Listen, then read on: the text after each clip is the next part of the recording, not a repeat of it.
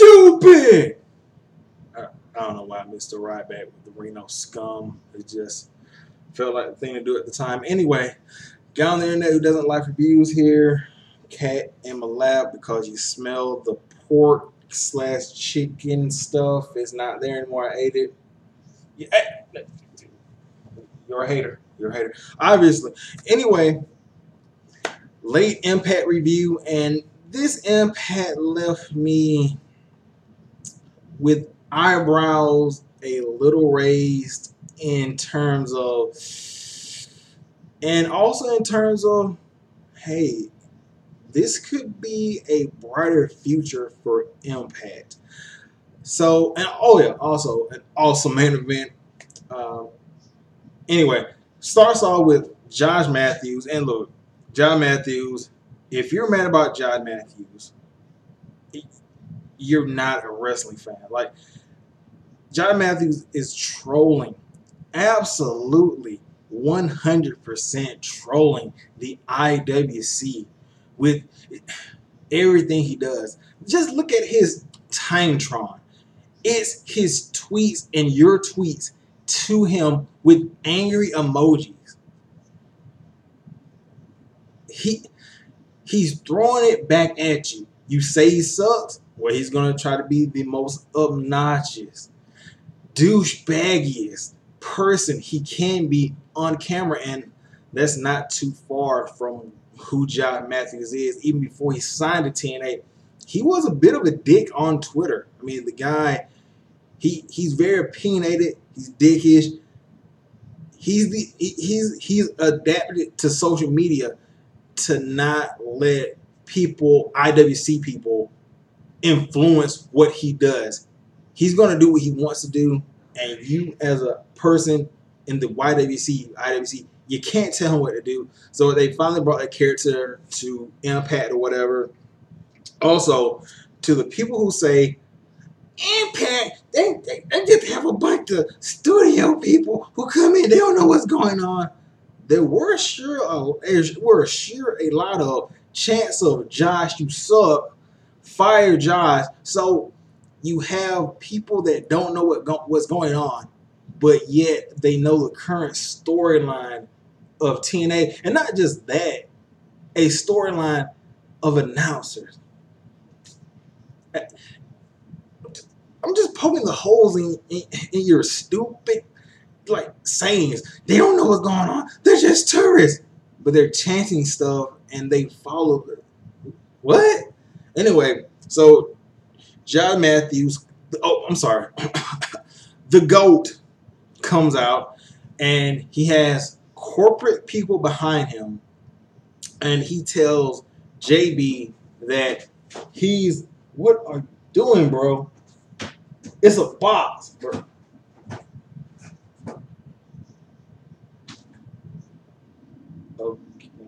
Okay. Anyway, it's a box with a water heater in it. Anyway,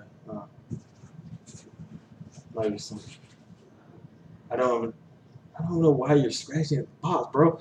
Anyway, so he tells JB that he's suspended for a month because of his assault on JB.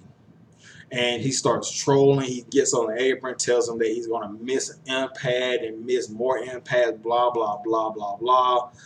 And it's Pope and Josh on commentary. So, the first match, Trevor Lee versus the debuting Matt Sydal. Oh my God, TNA Impact just signed another S.scoTT guy. They're gonna put him right to the top. Why can't they sign new talent? Never mind that they just signed other people to the X Division. I'm gonna harp on this one guy that got signed from WWE.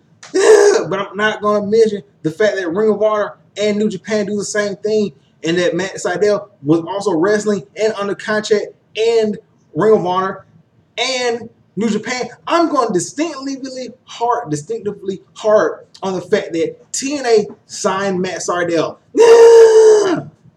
So, Matt Sydal versus Trevor Lee, pretty good match. it's nice that they're gonna put. I can only assume you're hyped up, bro. Chill, you're hyped up. I can only assume that they're gonna put Matt Sydal, since they put him against Trevor Lee, that he's gonna be in the S division. Perfect fit for Matt Sydal. Matt Sydal, he hits a lot of beautiful moves in here. Not just talking about the shooting star press that he wins the match with against Trevor Lee. There was a point where Trevor Lee tried to kick him and he like caught it with his shoulder blades. I've seen it many times live and on Ring of Honor and New Japan, but it's looked a little better there or whatever. Just saying, he hit that, wins the match with a shooting star press. One gripe I do have against the match is the fact that Trevor Lee, the guy who was S Division champion not less than a week ago, is losing to a debuting Matt Sydal. Don't do that. I don't understand. They had plenty of guys in the S Division that they could have done this with, but they did it with your former S Division champion. No, I don't like that. Anyway, moving on. You get, let me just go ahead and click past. Oh yeah, EC3 comes out. Well, before that, Karen Jarrett meets with Sienna and tells Sienna that the GFW Women's Champion is going to be in action and she needs to watch the match because next week Sienna is going to be facing Christina Von Erich. I don't know if it's for the title. It shouldn't be for the title. It just shouldn't be. Anyway, then you have EC3 coming out. He cuts a great promo talking about the fans, talking about how he lost his place in Impact, how he sees himself as a demigod because Bruce Pritchard told him to look in the mirror and he said he saw a demigod, a guy that ran roughshod over the company for the past 3 years, how he held a company on his back, and that the Cowboy James Storm, he's going to be mad at him, blah, blah, blah, blah. Out comes James Storm. He calls EC3 EC bitch. They fight. EC3 grabs a production assistant, or that lady that you always see sitting ringside, grabs her, discretion, low blows James Storm, hits the 1%er. Like I said, this is going to be an interesting and probably possibly it could be field of the year because you got two good in-ring workers. You got two great guys on the mic. So, and the storyline makes sense. Two guys want to be the world champion. One guy who crosses out, blah, blah. It writes itself. So, we're going to have to see it where the pieces fall in line and how Impact plays us out. So, anyway, we'll pass that. You get a segment with KM, Sienna's cousin, where he's at a restaurant. He's like, it was a good meal, and the waiter is like, I'm glad you enjoyed it. And he's like, blah, blah, blah. It's basically built. Anyway, I need to see more from KM. Or you get a segment with Christina Von Erich talking about where she's from and blah, blah, blah, blah, that she's the GFW Women's Champion now. I remember Christina Von Erich from, like, in the past of Impact. She had the black hair. She had the spiked mohawk and everything like that. On the cat, man. I mean, not on the cat. Living with a cat, bro. It's like, you just do anything. Anyway, I really didn't see a lot of her work. I guess she went off to the Indies and Japan, and she's improved a little bit. Haven't really seen the majority of her work or whatever. But this match between her and Ava Story, formerly Casey Quinn, formerly Brandy Lauren. So I guess they're going to stick with Ava Story for her as the character name. And apparently now Ava Story is a heel for no reason. Don't understand that one. I really don't. The match though was not good. Not the finish though. I don't know what Christina Von Erich calls that finisher. It's a straight jacket neck breaker from the second rope into a backstabber. What the fuck was that? There should be no kicking out of that move ever, unless it's like Awesome Kong or I wouldn't even say at a pay-per-view. Like a woman of the same size as Christina Von Eerie should not be kicking out of that move. Like that is that, now you want to play with that.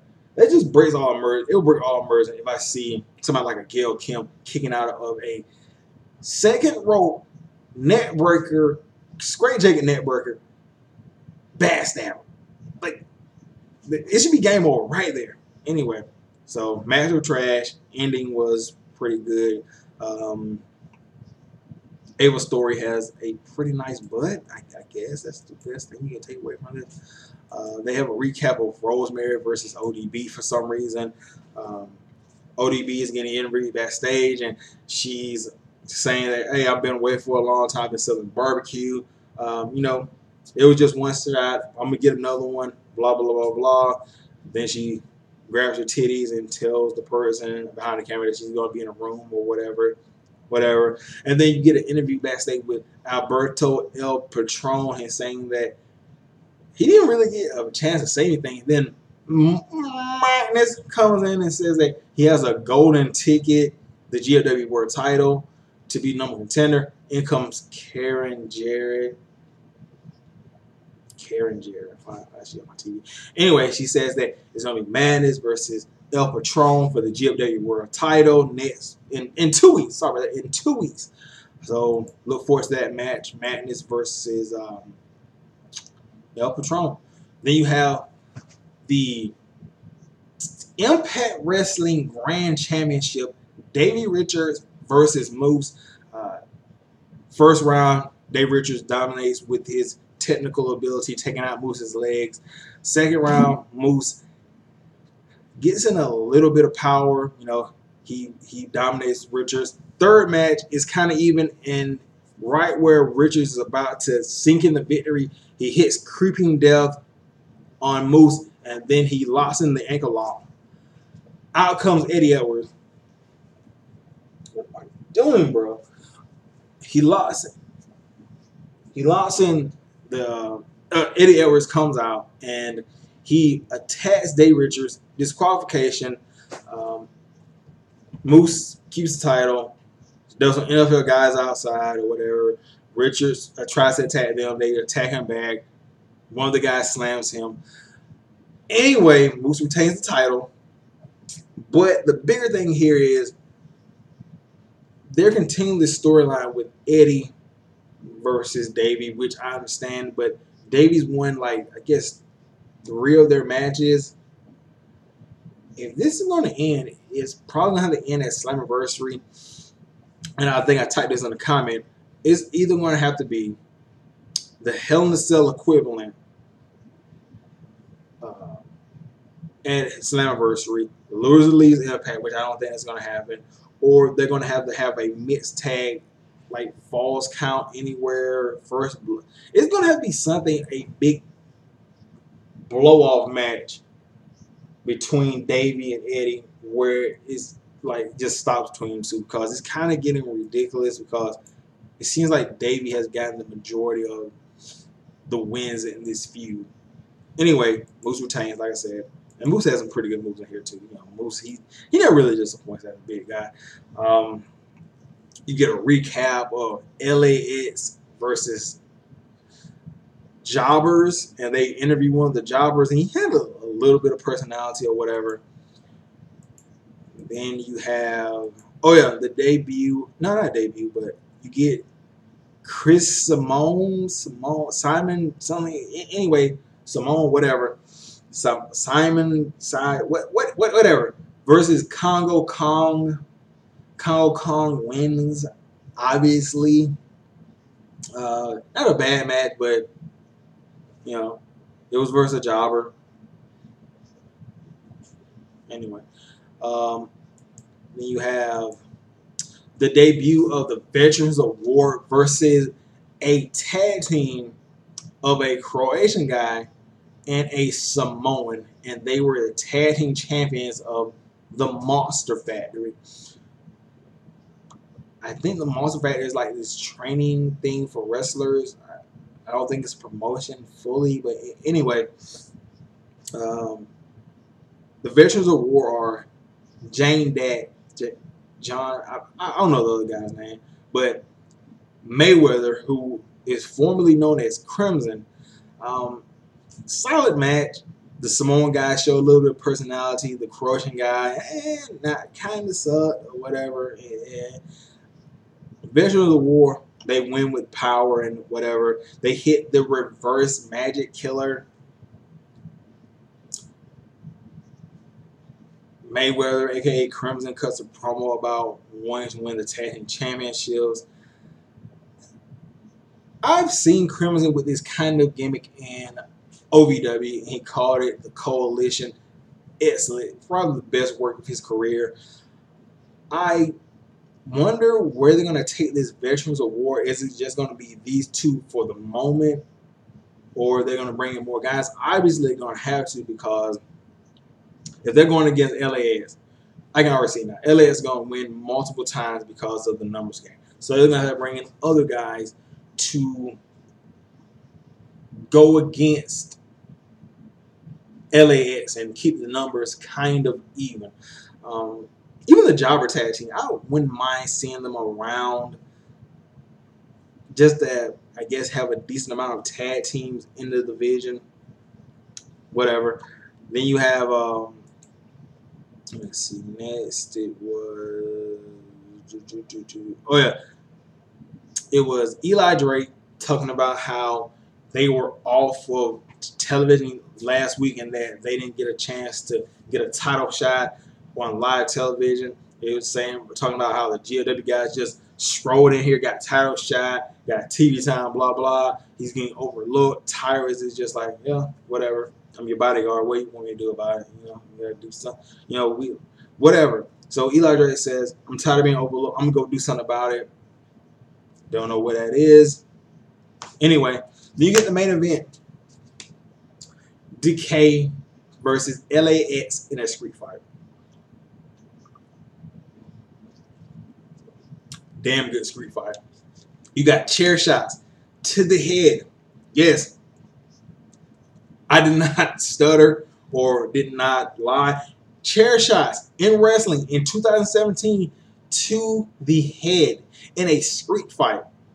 You got thumbtacks. You got barbed wire. You got a guy getting slammed into the barbed wire, and then a barbed wire board getting placed on top of him, and then a guy getting launched by his partner or stepping over his partner and hitting a cannonball into that. Decay loses because after that they hit that stuff on Abyss, and then they powerbomb or hit the street sweeper on Crazy Steve through a table of thumbtacks. I want to talk about some stuff in this match.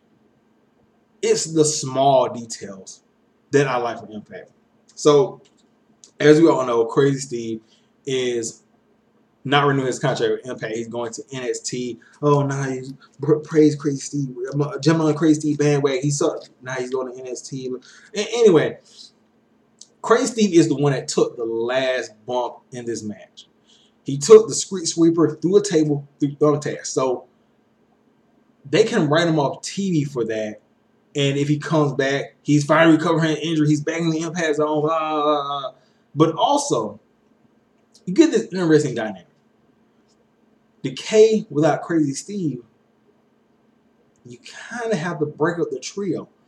But how? Here's how they did it. Rosemary is the matriarch. Patriarch. Whatever. Matriarch. Patriarch. I think matriarch, name is the right one, of Decay. She created Decay, and she is the end all be all of Decay. So, with Crazy Steve getting that injury, he's out of the picture. Okay. How do you take Abyss out of this? Do you add a piece and bring in somebody to help Abyss continue Decay? Or do you get Abyss completely out of the picture? What they did was They took Abyss completely out of the picture for his upcoming stuff where he becomes Joseph Park. Well, how did they do that? If you notice, Rosemary, when she sprays the mist, is either red or blue-ish or greenish or whatever. And if you look back to a segment from a while ago when they were just forming the Decay tag team, or I think when they won the belts, Rosemary spit yellow mist that changed Crazy Steve and Abyss. Abyss started wearing the makeup and the teeth or whatever, and not wearing the teeth, whereas Crazy Steve talked. So in this match, Abyss tries to hold one of the guys, Ortiz. I think, yeah, it was Ortiz. He does. Rosemary sprayed yellow mist into Abyss's face. So that would mean he would be changed by getting sprayed with that mist. I'm trying to make sense of it right there. Also, let me talk about LAX, the new LAX. Now,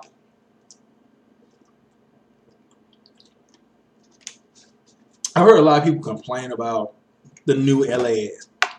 It's not Hernandez. It's not Millie rocking on your ass. It's not. Damn, he's a part of LAX, but he's just not wrestling. It's not Homicide and Hernandez. It's not LAX. LAX is a interchangeable group. It's for Latino pride. So meaning any Latino can join LAX and be a integral member. So this time with LAX, they retain some of the founding members. Well, two of the founding members. Homicide, Conan. Diamante, she's the, I hate to say it, token female of the group. I forgot the other, I think it was Shelly something. She was kind of hot too. But this time around, they went for more of a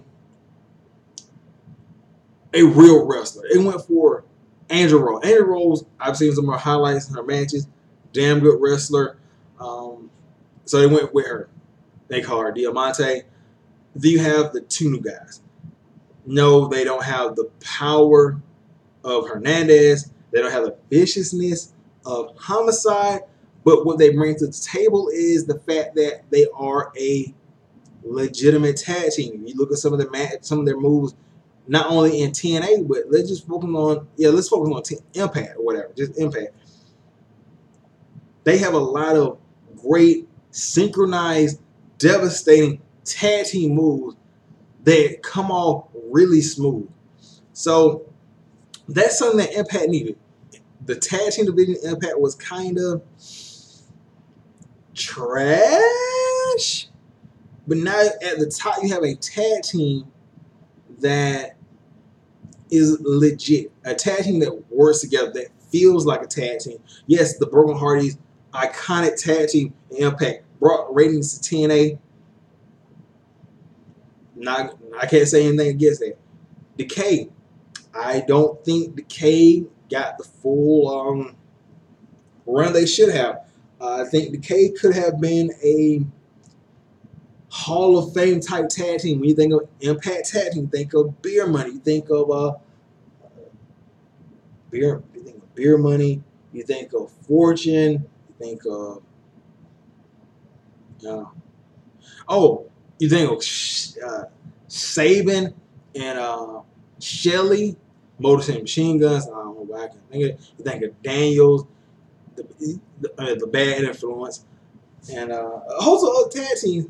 And with Decay only having one title run and their era of dominance only being so much, I don't know where you would rank them as far as the tag teams with Impact. And also now with Crazy Steve leaving for I don't know how long, because you never know with WWE contracts and how things work out, how wrestlers are treated. You don't know if Steve will even be back for Decay. And then you have Rosemary.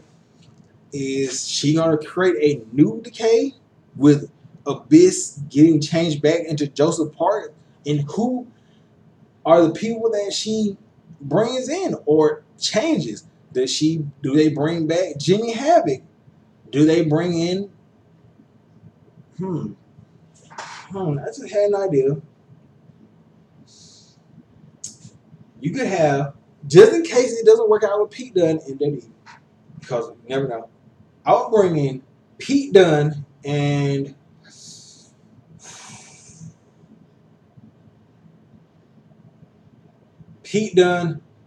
Brown. Think about that. I would do that. Pete Dunne, or it could be Jimmy Havoc and Brown. As long as you put Bram in there, because Bram and Rosemary have history, so it would make sense that she would kind of like seduce him or tempt him and then spray the mist in his face and he gets changed. Because Bram kind of needs it now with BCC not really taking off like it should have. So I guess you can make him a part of the new Decay. Anyway, yeah, Bram and either Jimmy Havoc or Pete Dunne. Wow. But then it would be too British. So okay, Bram and I'm trying to think of somebody. Bram and okay, you got Bram, I guess the supposed muscle / middle guy. I'll leave it open ended. Okay. Bram and who else for the new Decay? Leave your stuff in the comment section and tell me what you thought about the show. I thought the show was barely passable with a excellent main event. Definitely the only thing you probably want to check out is LAX versus Decay. Best match of the night. Anyway, I'll catch you guys later. Peace out.